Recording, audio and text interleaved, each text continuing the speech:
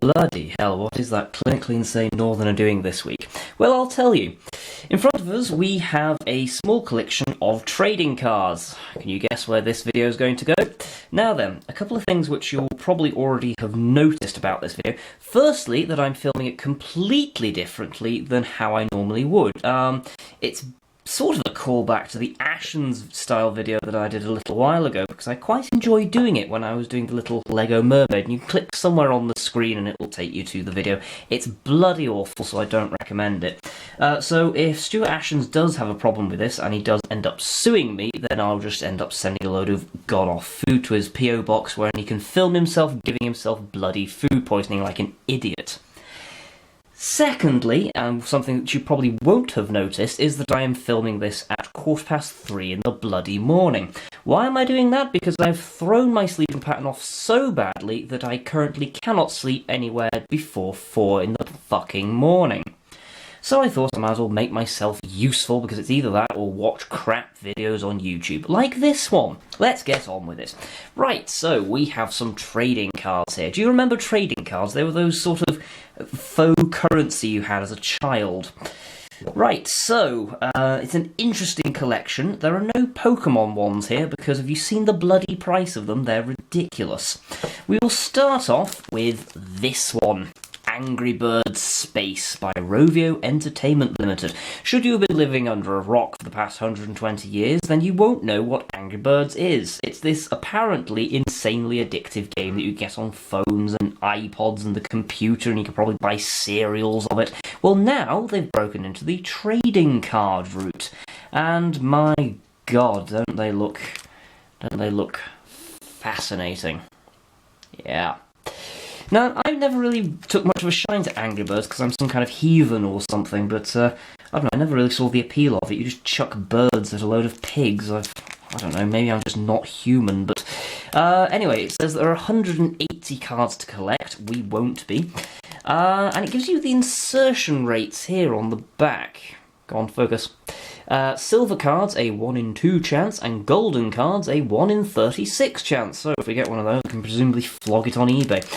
Not 3 sad onions. I'm just blatantly ripping Ashens off now. Not for under 3 years old. All the usual guffins. I'm even saying guffins. What is it about filming like this that makes you think you are actually Ashens? This is as much a psychological experiment as it is a video for your entertainment. Anyway, it doesn't say how many you get in them, so let's just open the bloody thing and find out.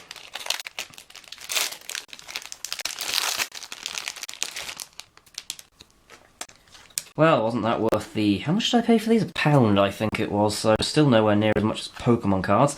Right, let's see what we've got. We've got Angry Birds Space, The Birds. Yep. How does this game work? Is it even a game, actually? I assume these symbols at the bottom have something to do with what you can do with them, because some of them are different on different cards. I don't bloody know. And if anybody knows how you play it, I don't care. So we've got 4 birds. We've got a green one with sort of liver spots. We've got one that looks a bit like Geordie LaForge off Star Trek. We've got one that's wearing a mask for some reason, and another one that looks like Saturn. Wonderful. This next one, we've got one that looks like some kind of icy planet or something. You're probably disappointed that I don't even know that... Oh, no, here we are. Big Bork, apparently, is what he's called, and on the back it's just sort of generic stuff. Also, I assume that these are some kind of instructions on how to play the bloody game. I can't decipher that. If the camera decides to focus, yes. A load of arrows pointing to different things, and they all say win, so I don't know what that's going on about. These birds are awesome, apparently, and it's just another one that's generic bird. In fact, a lot of these are just generic birds. There's another one. More generic birds, again, symbols. Birds and pigs is this one, despite the fact that one of them's an egg. Oh, dearie me. Somebody was high when they did these. And this, birds and pigs, again. It's basically the most shameless tie-in shite you will probably ever see. Let's have them go away and never look at them again. Right, so now we're down to 4, or technically 3 if you have eyeballs. The next one is the Trash Pack. Woo! A more modest 125 cards to collect. Again, we won't be, but this is only collection 1. However, these cards are far more dangerous than the previous ones because these are only for 5+. And they're made by a company called Moose. Moose. There we go. Right, what information do we have on the back? They're made by some people called Gyromax. It's got a little website, www.trashpack.com, if you want to visit it. Conforms to safety requirements for specification 963, so if you work in the council somewhere, then you'll probably know what that is. 0 to 3 sad onions here, despite the fact that it says it's only for ages 5+, so it's having a bit of a sort of safety crisis. Again, it doesn't really say how many are in it. Also, small parts, not for children under 3 years due to a choking hazard. How large a throat does your child have to choke to death on cards? My god, right, so let's open these up. Now, presumably there'll be some kind of bin-themed sort of stuff. I actually quite liked the look of these in the shop, so oh, we've got a shiny one.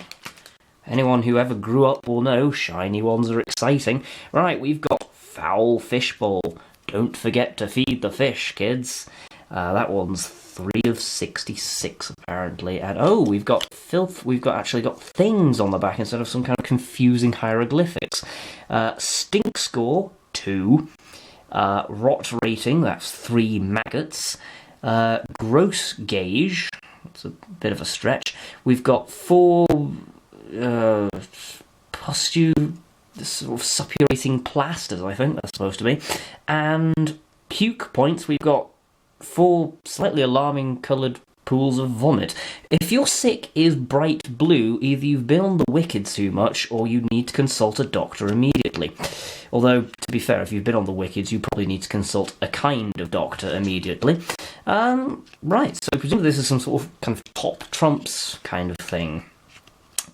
So yeah, it's a nice enough design. They're a bit grotesque, which I suppose you'd come to expect. They're a sort of weird mix of cute and grotesque. There's a sort of rotting fish right there. It looks like it died in unimaginable agony. So yes, also a half-eaten apple for some reason. Not quite sure what that's about. Anyway, away with that one.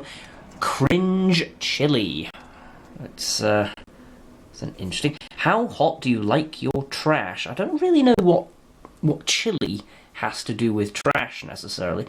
Also interesting how they kept the chef's pubic hair in. That's an interesting feature you don't often see in, well, anything really. Apparently underarm hair is unseemly, so...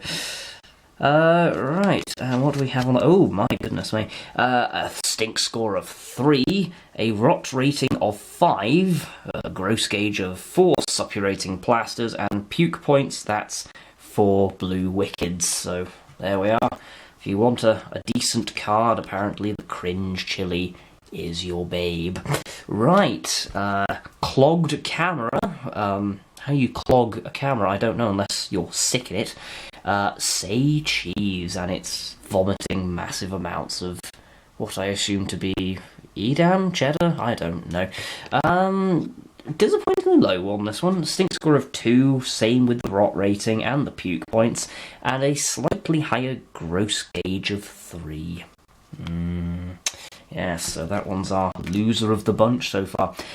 Dank dishwasher. It's a dishwasher and presumably it's dank. Also has purple slippers for some reason. Not quite sure why. Yeah, so it's basically a dishwasher if students could afford one, I think, is the whole idea here. Also, the batteries are about to die on this. Be right back. I'm back. Right. So, we have dank dishwasher. Let's have a look at the scores. A stink score of a meager 1. That's disappointing.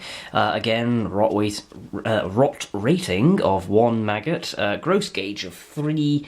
And a 1 meager puke point. Although, I have to say, if I walked into somebody's kitchen and saw a dishwasher that had spawned eyes, a mouth, shoes, and were covered in about 9 different kinds of rot, which had seemed to have pissed itself, I think I'd be a little more disgusted than merely one vomit stain. So, not factually accurate, I think we'll say to that one. The Ooze Ogre. Hey, I have a good feeling about this. Focus, you bastard. I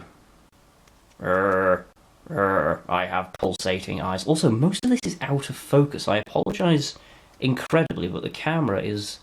There we go. That's almost in focus, I suppose. That'll do.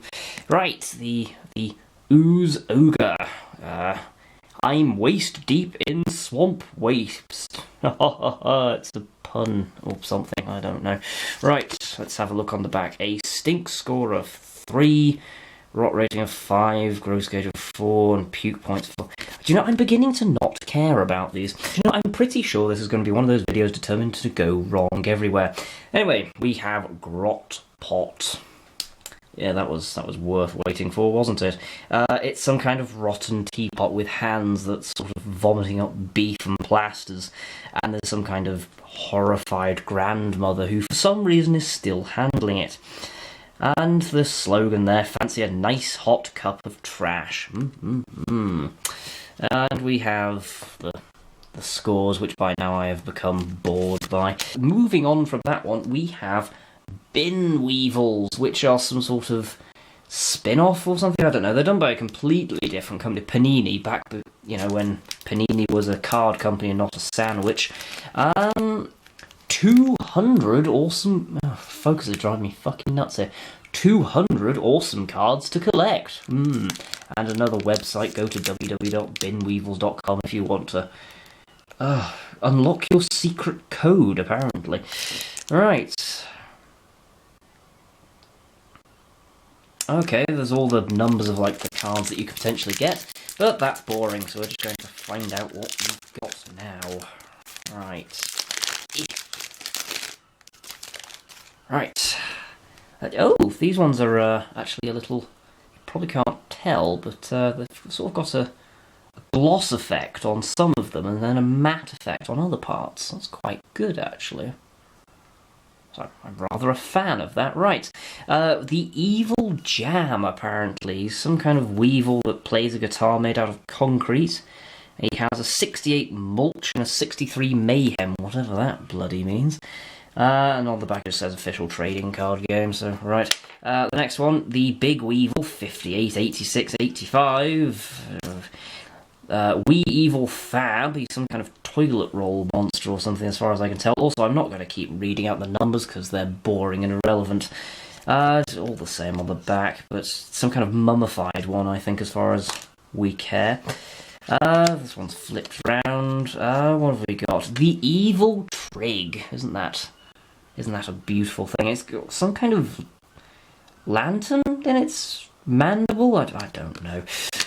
What else? The Evil... Weevil Sip. He's got some kind of hideous sort of lip surgery that went horrendously wrong, I think, is what's occurred here. And he's taking shots of Aftershock, if I'm not mistaken, or apple sours. I don't know, and I don't care very much. And we've got a power-up, apparently, which is good. So yes, it's 5+ power-up, and there's a secret code on the back which you take to their mysterious website, and it gives you goodies, a free nest item. Yeah, that's good. Also, I'm going to move these out of the way because I've just noticed that the camera keeps focusing on the things in the background instead. Now then, this was how this all started off. I spotted this in a newsagents during graduation week, and I was just like, yes, I must possess these immediately. And as you'll notice on the packaging, it's a Doctor Who thing. I was originally going to keep these for a 50th anniversary special and just look into all the sort of shite that they're producing, but a lot of it, because it's Doctor Who, is insanely expensive, and I thought a single video on Doctor Who rubbish would cost millions of pounds, so instead I decided to do a trading card thing. Right, so we've got Alien Attack, the trading card game by Topps, and we've got a classic Cybermen and a 60s Doctor Who, not a 60s Dalek, you can tell because it's got blue bumps. On the back, we've got 9 cards per pack, 240 to collect, and it's also an official BBC tie-in, because, as we know, the BBC only endorse quality products. God, kill me now. Insertion rates: mirror foil cards, a 1 in 2 chance, rainbow foil cards, a 1 in 5 chance, and much better chances than some of the others we've looked at, actually. Right, let's get these open and see what wonders lie within. Oh, there we go. Right, we've got Agatha Christie from that ever so popular one, the Wasp in the Something. Also, another one which has got multiple sort of shiny versus matte effects, which is I quite like. Certainly gives off the idea of quite a quality card, albeit somewhat sharp in the corners, I must say. This one, most likely to kill a child. It's nicely detailed enough, and it's got all the attack numbers. It's a human card of 2-star caliber. I don't think many people will be using that one. We've got the Siren, which was played by, what was her name? Something Cole, I think, if I'm not mistaken, and she had no speaking lines, which is a shame, considering she's one of the few models that actually has a brain. Numbers again. Also, that was an alien, another human, the ever-so-popular lesbian Jenny Flint, recently died and then came back to life in the series finale. If you've not watched it, whoops. Professor Hobbs. Yes, he was the one in Midnight, wasn't he? A little bit disappointed we've had no classic era characters yet, considering that was what was on the front. But Professor Hobbs, played by the son of Patrick Troughton, if my brain serves me correctly. Cyber Mats, they're, look interesting, certainly. Wasn't very keen on the design. Well, I wasn't very keen on the whole episode, to be honest. That was the Cyberman episode with Craig Owens, wasn't it, where love saved the day for the 100th time in the 6th series. Oh, here we go. Now then, this is particularly suitable as A, I'm quite a Sylvester McCoy fan, and B, it's the 7th month of the year, so the BBC's gone 7th Doctor crazy. It's a 5-star card because we found the Doctor, or rather one of him at least, and his many question marks, I should say.